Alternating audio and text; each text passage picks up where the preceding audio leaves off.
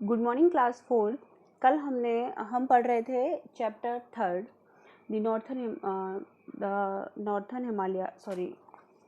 The northern mountains.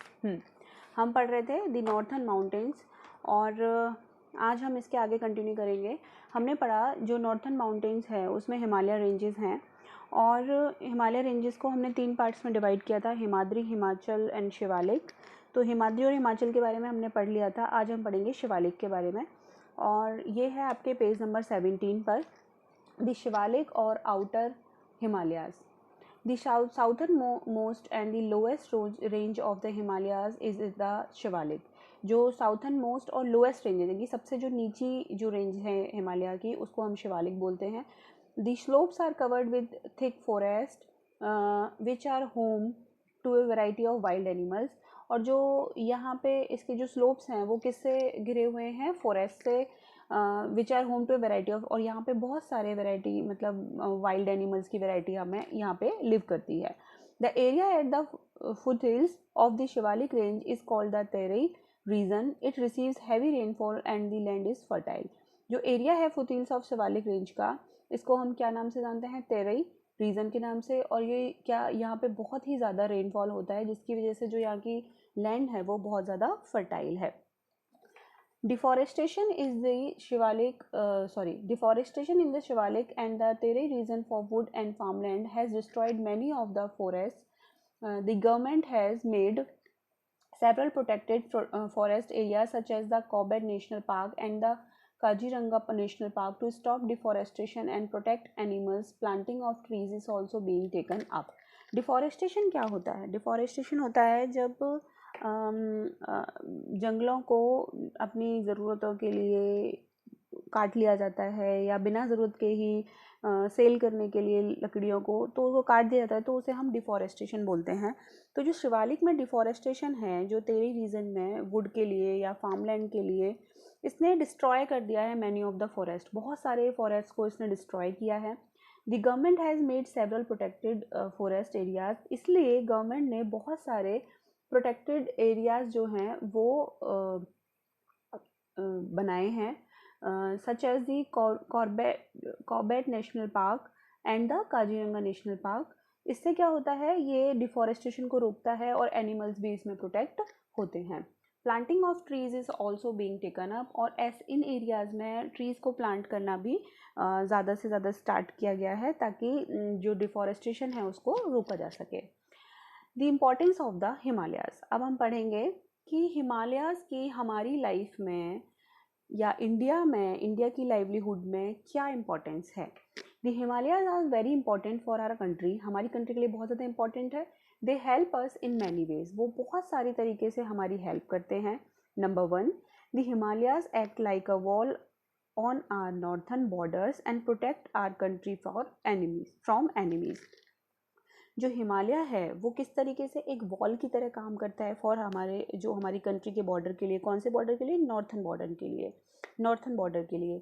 इससे क्या होता है कि हमारी जो कंट्री है वो एनिमीज, यानी कि जो दूसरी कंट्री है, जो एनिमीज कंट्री है हमारी, उनसे हम सेव हो पाते हैं। उनसे वहाँ से ईजीली कोई भी नहीं आ पाता है, जिससे हमारी कंट्री सेफ रहती है from northern border. Okay, second है आपके, they also protect us from the cold winds blowing from Central Asia।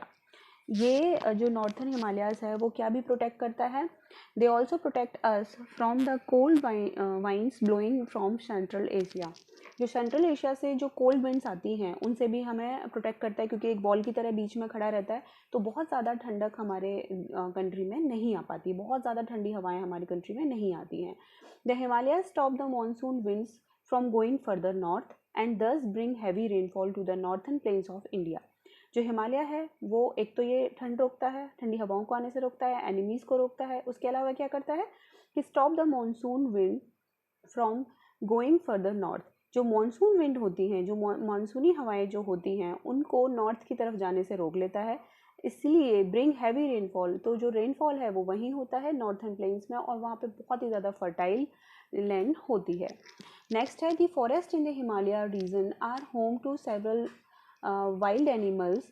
जो फॉरेस्ट है हिमालय रीजन का वो बहुत सारे वाइल्ड एनिमल्स का होम है। They are also a source of wood, medicine and other useful things. और जो ये फॉरेस्ट हैं वहाँ से हमें बहुत अच्छी, ये किस किस चीज़ के सोर्स हैं, वुड के हैं, इनसे बहुत सारी मेडिसिन भी मिलती हैं एंड अदर यूजफुल थिंग्स भी हमें इन फॉरेस्ट के थ्रू मिल पाती हैं। Several reverse originated in the Himalayas, बहुत सारी जो रिवर्स हैं वो हिमालयाज में ओरिजिनेटेड हुई हैं। They provide us with water, जिसकी वजह से हमारी पूरी कंट्री को वाटर मिलता है and make our land fertile. और एक तो वाटर मिलता है और जहाँ से ये बहकर जाती है वहाँ पे क्या होती है, लैंड बहुत ज़्यादा फर्टाइल हो जाती है। Dams built over these rivers provide us with electricity, और जो डैम्स हैं वो इन रिवर्स के ऊपर बनाए जाते हैं, डैम्स मतलब बांध जो हम बोलते हैं, प्रोवाइड अस विद इलेक्ट्रिसिटी, जिसकी वजह से हमें इलेक्ट्रिसिटी भी प्रोवाइड होती है। तो हिमालय रेंजेस से क्या क्या चीज़ें, क्या क्या हमें प्रोटेक्शन मिला। फर्स्ट प्रोटेक्शन क्या होता है कि जो नॉर्थन बॉर्डर जो है उसमें वो एक वॉल की तरह काम करता है, जिसकी वजह से एनिमीज़ ईजिली एंट्री नहीं ले पाते, वहाँ से एंट्री नहीं ले पाते हैं। सेकंड है कि जो सेंट्रल एशिया से जो बहुत ही ज़्यादा कोल्ड विंड्स आती हैं उनको आने को रोकता है। नंबर थर्ड है कि हिमालय रेंजेस से क्या होता है, जो मॉनसून विंड्स हैं उनको नॉर्थ की तरफ आगे जाने से रोक लेता है, और जो नॉर्थन प्लेन्स हैं वहाँ पे इतनी अच्छी रेनफॉल होती है कि वहाँ की जो लैंड है वो बहुत ही ज़्यादा फर्टाइल होती है। नेक्स्ट है फॉरेस्ट इन हिमालयाज रीजन, जो हिमालय रीजन के फॉरेस्ट हैं उनसे हम वहाँ पे बहुत सारे एनिमल लिव करते हैं। उसके अलावा वहाँ से वुड है, medicine and other useful things हमें मिलती हैं। एंड जो बहुत सारी, जो मोस्ट इंपॉर्टेंट क्या है कि जो रिवर्स हैं वो वहीं से ओरिजिन होती हैं, जिसकी वजह से पूरी कंट्री को हमें वाटर मिल पाता है, लैंड फर्टाइल होती है। उसके अलावा उन रिवर्स के ऊपर जो हम डैम्स बनाते हैं जिसकी वजह से हमें इलेक्ट्रिसिटी प्रोवाइड होती है। तो ये सब फ़ायदे किसके हैं, हिमालय रेंजेस के हमारी लाइफ में हैं। नेक्स्ट है आपके life in the northern mountains, कि नॉर्थन माउंटेन्स में जो भी लोग रहते हैं तो उनकी लाइफ एक्चुअली कैसी है। A number of states and union territories are located in the northern mountains, कि काफ़ी सारे जो स्टेट्स और यूनियन टेरिटरीज हैं वो नॉर्थन माउंटेन्स में लोकेटेड है। Himachal, these are Jammu and Kashmir, जो उनमें से कौन कौन से हैं नाम बताए गए हैं, जम्मू एंड कश्मीर, लद्दाख, हिमाचल प्रदेश, उत्तराखंड, सिक्किम, वेस्ट बंगाल, आसाम, नागालैंड, मणिपुर, मिज़ोरम, त्रिपुरा, मेघालय एंड अरुणाचल प्रदेश। तो ये सारे स्टेट्स और यूनियन टेरिटरीज हैं वो नॉर्थन माउंटेन्स में लोकेटेड हैं। अब हम इनके बारे में एक एक करके पढ़ेंगे। आज हम पढ़ रहे हैं जम्मू एंड कश्मीर एंड लद्दाख के बारे में। तो दीज टू यूनियन टेरिटरीज, ये दोनों ही यूनियन टेरिटरीज हैं, ध्यान रखिएगा, ये स्टेट्स नहीं है, ये दोनों ही यूनियन टेरिटरीज हैं। These two union territories are almost entirely mountains, इनमें ऑलमोस्ट एंटायरली माउंटेन्स हैं, मतलब मोस्ट ऑफ माउंटेन्स इन दोनों टेरिटरीज में मिलते हैं। Srinagar and Jammu are the capitals of Jammu and Kashmir, Jammu and Kashmir की कैपिटल्स कौन कौन सी हैं, Srinagar and Jammu. While Leh is the capital of Ladakh, और लद्दाख की कैपिटल क्या है, लेह। ध्यान रखिएगा, जम्मू एंड कश्मीर की कैपिटल क्या है, श्रीनगर एंड जम्मू, और जो लेह है वो कहाँ की कैपिटल है, लद्दाख की। The beautiful Kashmir valley is a favourite of tourist, जो कश्मीर वैली है वो सीरियसली बहुत ज़्यादा ब्यूटीफुल है और उसकी वो टूरिस्ट का फेवरेट है, वो फेवरेट स्पॉट माना जाता है इंडिया में टूरिस्ट का, क्योंकि वो बहुत ही ज़्यादा खूबसूरत है। It is surrounded by snow covered mountains, और ये जो कश्मीर वैली है वो माउंटेन से सराउंडेड है, मतलब surrounded by snow covered mountains, जो माउंटेन्स हैं वो स्नो से कवर्ड हैं। And has the lovely Dal and Wular lakes, और यहाँ पे कौन कौन सी लेक्स हैं, डल एंड वुलर लेक्स यहाँ पे जम्मू कश्मीर वैली में हैं।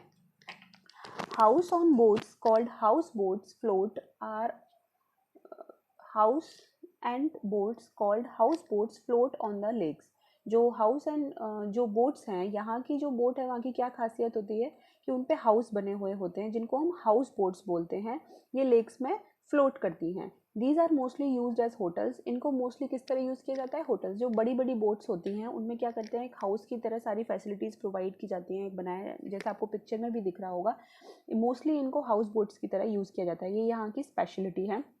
These are mostly used as hotels. Small boats called shikaras are used for boating and as floating shops. और जो small boats होती हैं उनको यहाँ पे क्या बोलते हैं, शिकाराज। आर ये किस चीज़ के लिए यूज़ होती है, एक तो बोटिंग करने के लिए और फ्लोटिंग शॉपिंग के लिए। फ्लोटिंग शॉपिंग क्या होती है पता है?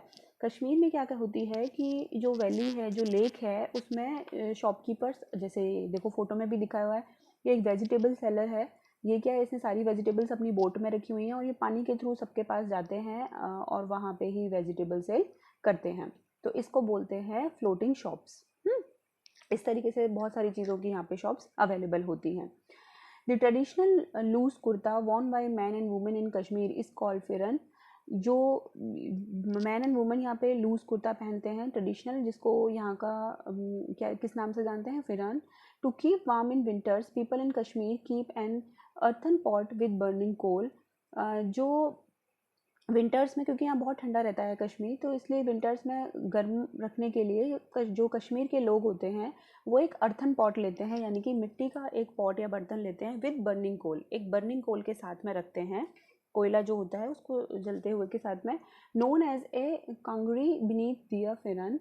और इसके अलावा जो जो फिरन है उसके साथ में ये क्या भी लेते हैं? कांगरी जिसे बोलते हैं बर्निंग कोल के साथ में, तो वो भी ये यहाँ पे कश्मीर में रहता है।